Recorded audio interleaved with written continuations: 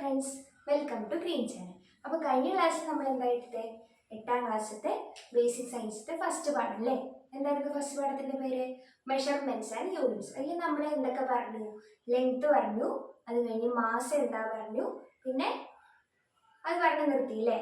അപ്പൊ ഇനി അടുത്ത എടുക്കാൻ പോകുന്നത് ആ ചാപ്റ്ററിൽ തന്നെ ടൈം എന്ന് പറഞ്ഞ ടോപ്പിക്കാണ്. എന്താണ് ടൈം എന്ന് പറഞ്ഞ ടോപ്പിക്കാണ്. ടൈമും എന്താണ്? ഒരു മെഷർമെന്റ് ആണല്ലേ? ടൈം എന്താണ്? ഒരു മെഷർമെന്റ് ആണ്. അതായത് നിങ്ങൾക്ക് രാവിലെ തൊട്ട് വൈകുന്നേരം വരെ ഒരേ സമയമാണ് അല്ലല്ലോ, മാറും അല്ലേ? സമയം മാറും. രാവിലെ ഉണ്ട്, ഉച്ചയ്ക്ക് ഉണ്ട്, അത് കഴിഞ്ഞ് ഈവനിങ് ഉണ്ട്. അപ്പൊ ഈ സമയത്തൊക്കെ നിങ്ങൾ നിഴല് നോക്കിയിട്ടുണ്ടോ? ഉണ്ടോ? ഇപ്പോഴാണ് നമുക്ക് എന്തൊക്കെ വന്നത്? ക്ലോക്കും കാര്യങ്ങളും വാച്ചൊക്കെ വന്നത് അല്ലേ? അപ്പോഴാണ് നമുക്ക് എന്ത് ചെയ്യുക, സമയം എങ്ങനെ കാണുന്നതൊക്കെ നോക്കി നമ്മൾ പഠിച്ചത്.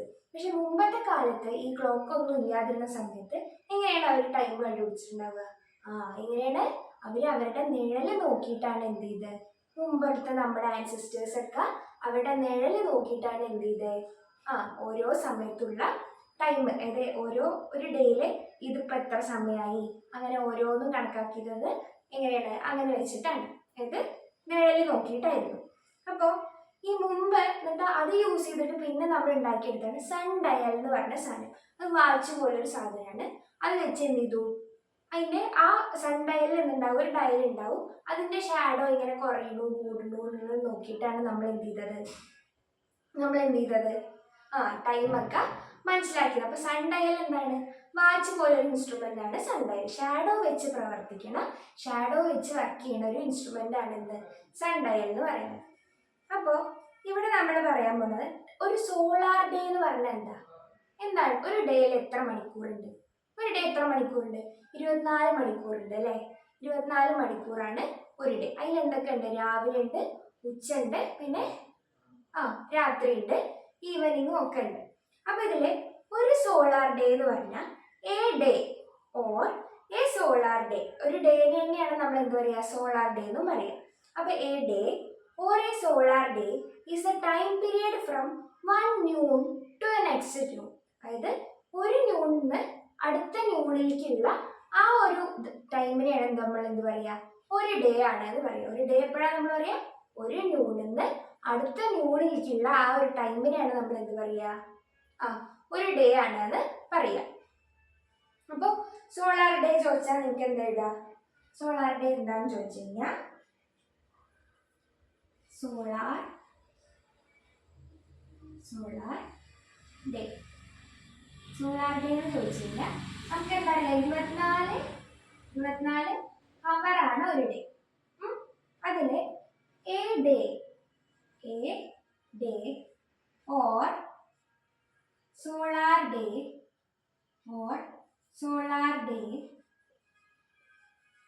is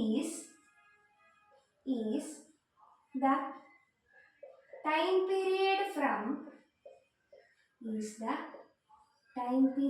from ഒരു ടൈം ഇന്റർവെൽ ആണ്. എവിടുന്ന്?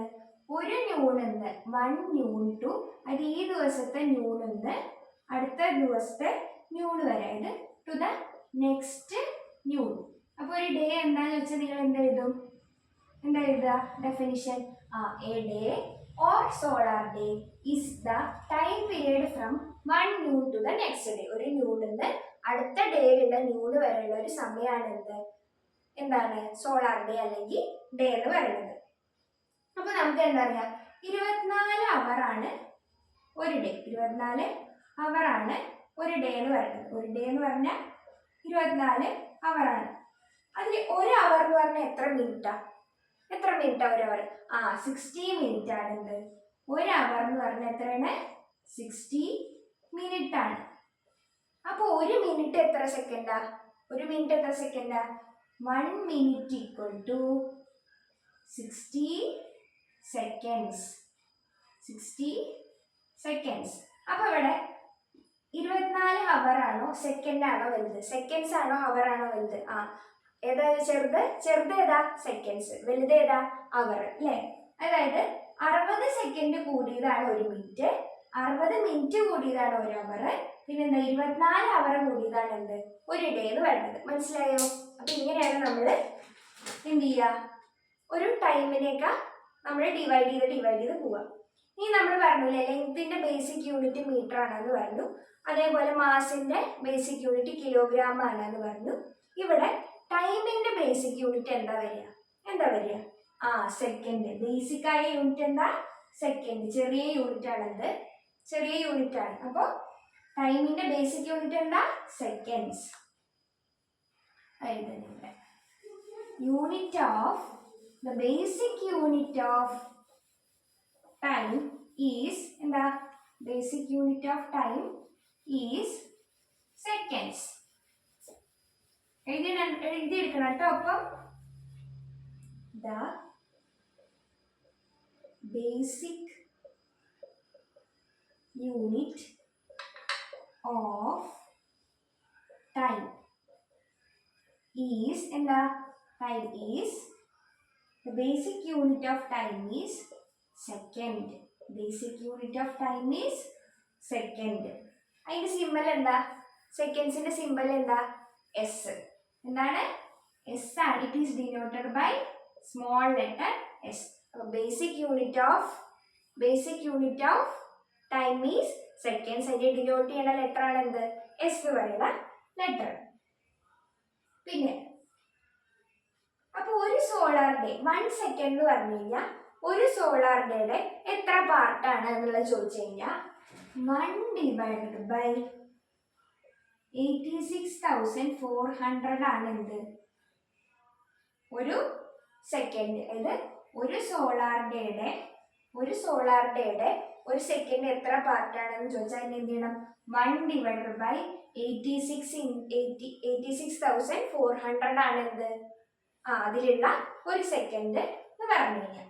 ഇനി അടുത്ത ടോപ്പിക്കാണ്. അപ്പൊ ടൈമിനെ കുറിച്ച് മനസ്സിലായല്ലോ. ഇനി അടുത്ത ടോപ്പിക്കാണ് ഫണ്ടമെന്റൽ യൂണിറ്റ്സ്. അപ്പൊ നമ്മളിവിടെ നേരത്തെ എന്തൊക്കെ പറഞ്ഞു? ലെങ്ത് പറഞ്ഞു, മാസ് പറഞ്ഞു, ടൈം പറഞ്ഞു. ലെങ്തിന്റെ ബേസിക് യൂണിറ്റ് എന്തായിരുന്നു? മീറ്റർ ആണ്. അതിനെ എം എന്ന് ഡിനോട്ട് ചെയ്യും. പിന്നെ മാസിന്റെ ബേസിക് യൂണിറ്റ് എന്താ? കിലോഗ്രാം ആണ്. അതിനെ ഡിനോട്ട് ചെയ്യുക kg, സ്മോൾ ലെറ്റർ kg എന്ന് ഡിനോട്ട് ചെയ്യും. ലാസ്റ്റ് നമ്മൾ എന്ത് പറഞ്ഞു? ടൈം ആണ് പറഞ്ഞത്.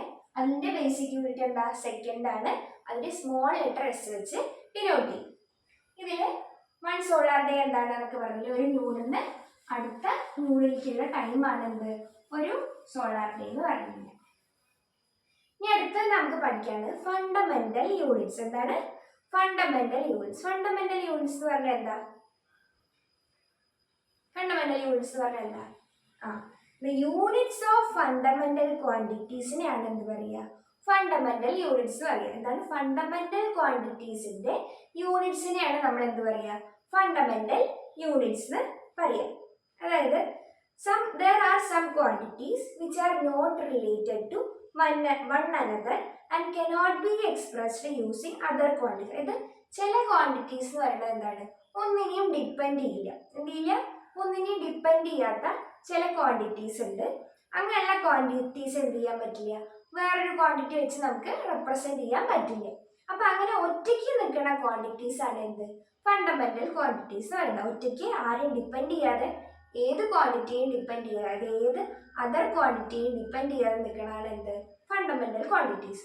അപ്പൊ ഫണ്ടമെന്റൽ ക്വാണ്ടിറ്റീസിന്റെ യൂണിറ്റ്സിനെയാണ് നമ്മൾ എന്ത് പറയുക? ഫണ്ടമെന്റൽ യൂണിറ്റ്സ് എന്ന് പറയുക. എന്താണ്? ഫണ്ടമെന്റൽ ക്വാണ്ടിറ്റി ഒറ്റയ്ക്ക് നിൽക്കണ, ഏതിനെയും ഡിപ്പെൻഡ് ചെയ്യാതെ, ഏത് ക്വാണ്ടിറ്റീസിനെയും ഡിപ്പെൻഡ് ചെയ്യാതെ നിൽക്കണ, ഒറ്റയ്ക്ക് നിൽക്കണ ആളാണ് ഫണ്ടമെന്റൽ ക്വാണ്ടിറ്റീസ്.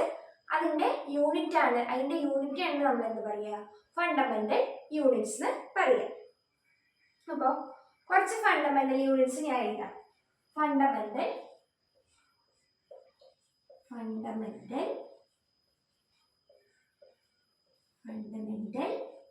യൂണിറ്റ്സ്. എന്താണ്? യൂണിറ്റ്സ് ഓഫ് ഫണ്ടമെന്റൽ ക്വാണ്ടിറ്റീസ് ആണ് എന്ത്? Fundamental units. അതിൽ ഒന്നാമത്തെ ഫണ്ടമെന്റൽ ക്വാണ്ടിറ്റി ആണ് ലെങ്ത്. എന്താണ്? ഒറ്റയ്ക്ക് നിൽക്കണതാണ്. ലെങ്ത് നമ്മൾ വേറെ ഏതെങ്കിലും വെച്ച് റെപ്രസെന്റ് ചെയ്യോ? ഇല്ല. എന്താണ്? ലെങ്ത് ഒറ്റയ്ക്ക് തന്നെയാണ് റെപ്രസെന്റ് ചെയ്യുക. അപ്പൊ ലെങ്ത് ആണ് ആദ്യത്തെ ഫണ്ടമെന്റൽ ക്വാണ്ടിറ്റി. അതിന്റെ ബേസിക് യൂണിറ്റ് എന്തായിരുന്നു? മീറ്റർ. എങ്ങനെ റെപ്രസെന്റ് ചെയ്യുക? എം വെച്ചിട്ടാണ് റെപ്രസെന്റ് ചെയ്യുക. ഇനി അടുത്ത ക്വാണ്ടിറ്റിയാണ് മാസ്. നമ്മൾ പഠിച്ചു അല്ലേ? മാസ്. മാസിൽ എന്തായിരുന്നു? കിലോഗ്രാം ആണ് അതിൻ്റെ ബേസിക് ആയിട്ടുള്ള SI യൂണിറ്റ്. അതിന് നമ്മൾ എങ്ങനെ ഡിനോട്ട് ചെയ്യും? kg. എങ്ങനെ ഡിനോട്ട് ചെയ്യുക? kg. അപ്പോൾ ലെങ്ത് മീറ്റർ, അതിന് ഡിനോട്ട് ചെയ്യണത് small letter m. Mass kilogram, അതിന് ഡിനോട്ട് ചെയ്യണത് kg. ഇനി മൂന്നാമത്തെ ഫണ്ടമെന്റൽ ക്വാണ്ടിറ്റി ആണ് ടൈം. നമ്മൾ പഠിച്ചതല്ലേ, എന്താണ് ടൈം? ടൈമിന്റെ ബേസിക് യൂണിറ്റ് എന്താ? സെക്കൻഡ്. സെക്കൻഡ് അതിനെ എങ്ങനെ ഡിനോട്ട് ചെയ്യുക? എസ് എന്ന് ഡിനോട്ട് ചെയ്യും അല്ലേ? എസ് എന്നല്ലേ ഡിനോട്ട് ചെയ്യുക. ഇനി നാലാമത്തെ ഫണ്ടമെന്റൽ ക്വാണ്ടിറ്റി ആണ് ഇലക്ട്രിക് കറന്റ്. എന്താണ്? Electric current. ഇലക്ട്രിക് കറന്റ് എന്താണെന്ന് അറിയില്ലേ? എന്താ ഇലക്ട്രിക് കറന്റ്? നമ്മുടെ വീട്ടിൽ എല്ലാ ഉപകരണം ഇങ്ങനെ വർക്ക് ചെയ്യുക ഇലക്ട്രിക് കറണ്ട് വെച്ചിട്ട് അല്ലേ? അപ്പൊ ഇലക്ട്രിക് കറന്റ് നിങ്ങൾക്ക് അറിയാമല്ലോ, കറണ്ട് പോയി എന്നൊക്കെ നിങ്ങൾ കേട്ടിട്ടില്ലേ? അപ്പോൾ ഇലക്ട്രിക് കറണ്ടിന്റെ ഇതേപോലെയുള്ള യൂണിറ്റ് ആണ് എന്ത്? ആംപിയർ. എന്താണ്? ആംപിയർ. ആംപിയറിന്റെ സ്പെല്ലിംഗ് നോക്കണം. എന്താണ്? AMPERE, ampere. ഇനി നമ്മൾ ഡിനോട്ട് ചെയ്യുക capital letter A. Capital letter A. ഇനി അടുത്ത അഞ്ചാമത്തെയാണ് ടെമ്പറേച്ചർ. ടെമ്പറേച്ചറിന്റെ ബേസിക് യൂണിറ്റ് ആണ് കെൽവിൻ. സെൽഷ്യസ് അല്ല, എന്താണ്? കെൽവിൻ. അതിനെങ്ങനെ ഡിനോട്ട് ചെയ്യുക? ക്യാപിറ്റൽ ലെറ്റർ K എന്നാണ് ഡിനോട്ട് ചെയ്യുക. Capital letter K. ഇനി ആറാമത്തെയാണ് എമൗണ്ട് ഓഫ് സബ്സ്റ്റൻസ്. എന്താണ്? Amount of substance. Amount of substance എന്ന് പറഞ്ഞാൽ എന്താ? ഒരു സബ്സ്റ്റൻസിൽ എത്ര എമൗണ്ട് ആണ് ഉള്ളത് എന്നുള്ളതാണ് amount of substance. Amount of സബ്സ്റ്റൻസിന്റെ ബേസിക് യൂണിറ്റ് മോളാണ്. മോളേന്ന് വിളിക്കില്ലേ? എന്താണ്? മോളാണ് കേട്ടോ. അപ്പോൾ മോളിനെ നമ്മൾ എന്താ, ഇവിടെ ഒരു ഇ ഉണ്ട്, അതിന്റെ സിമ്പലിന് ഇ ഇല്ല, മോളിനെ ഉള്ളൂ. മോളെ വിളിക്കില്ല, എന്താ വിളിക്കലു? മോളിനെ ഉള്ളൂ. ഇനി അടുത്താണ് ഏഴാമത്തെ ക്വാണ്ടിറ്റി ആണ് ലൂമിനസ് ഇന്റൻസിറ്റി. എന്താണ്? Luminous intensity.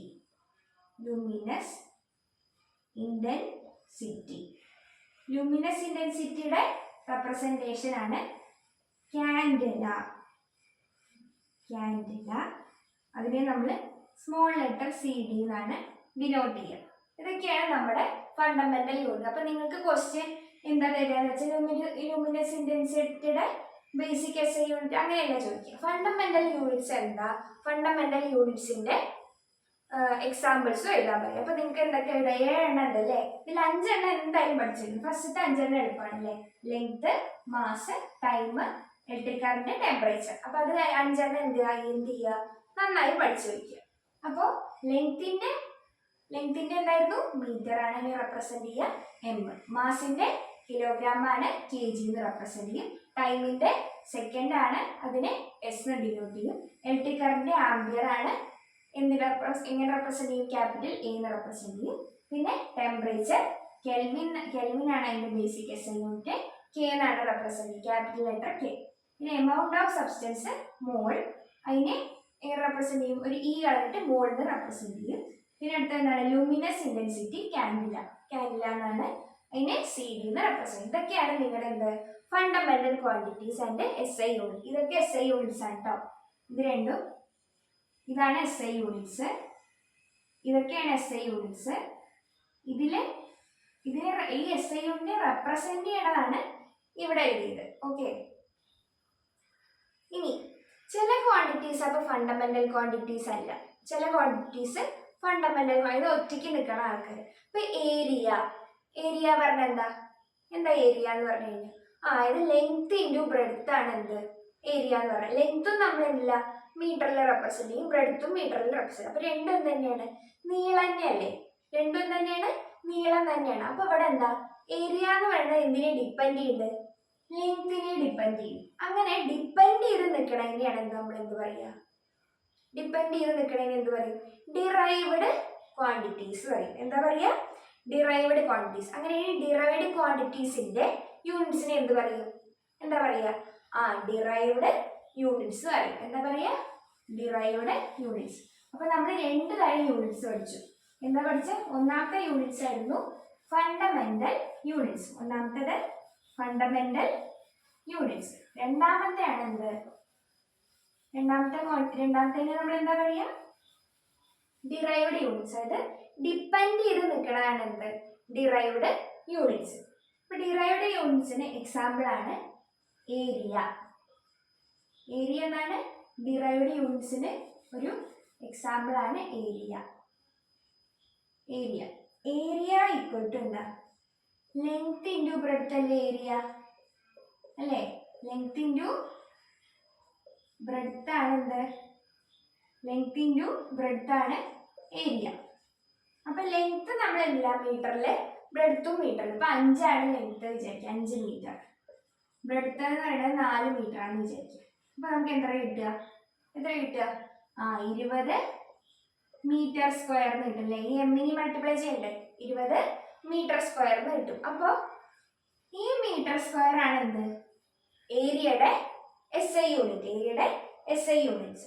അപ്പൊ ഇതിന്റെ ഡെഫിനിഷൻ എന്ന് പറഞ്ഞു കഴിഞ്ഞാൽ units which are expressed in terms of fundamental units. എന്താണ്? ഫണ്ടമെന്റൽ യൂണിറ്റ്സിനെ കൊണ്ട് എക്സ്പ്രസ് ചെയ്യുന്ന ടേംസിനെയാണ് നമ്മൾ എന്ത് പറയുക? ഡിറൈവ്ഡ് യൂണിറ്റ്സ് പറയുന്നത്. Units which are expressed in terms of fundamental units. Fundamental യൂണിറ്റ്സിന്റെ ഇതിൽ നമ്മൾ എന്ത് ചെയ്തു?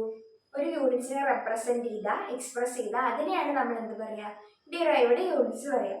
Or those units which are dependent on fundamental യൂണിറ്റ്സിനെയാണ് എന്ത് പറയുക? Derived units. ഇത് ഫണ്ടമെന്റൽ യൂണിറ്റ്സിനോട് എന്ത് ചെയ്യാണ്?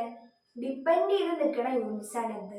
Derived unit. ഇത് ഫണ്ടമെന്റൽ യൂണിറ്റ്സ് നിന്ന് ഡിറൈവ് ചെയ്ത് വന്ന യൂണിറ്റ്സ് ആണ് എന്ത്? Derived units.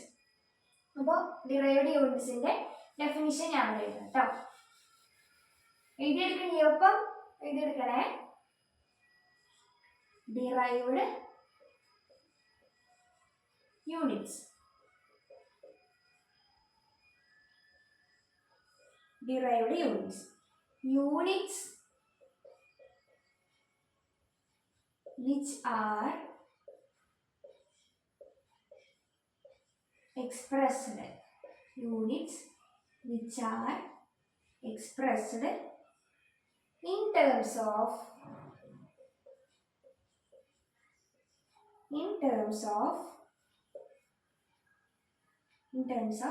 fundamental units. Units which are expressed in terms of fundamental units. Or in the other definition, those units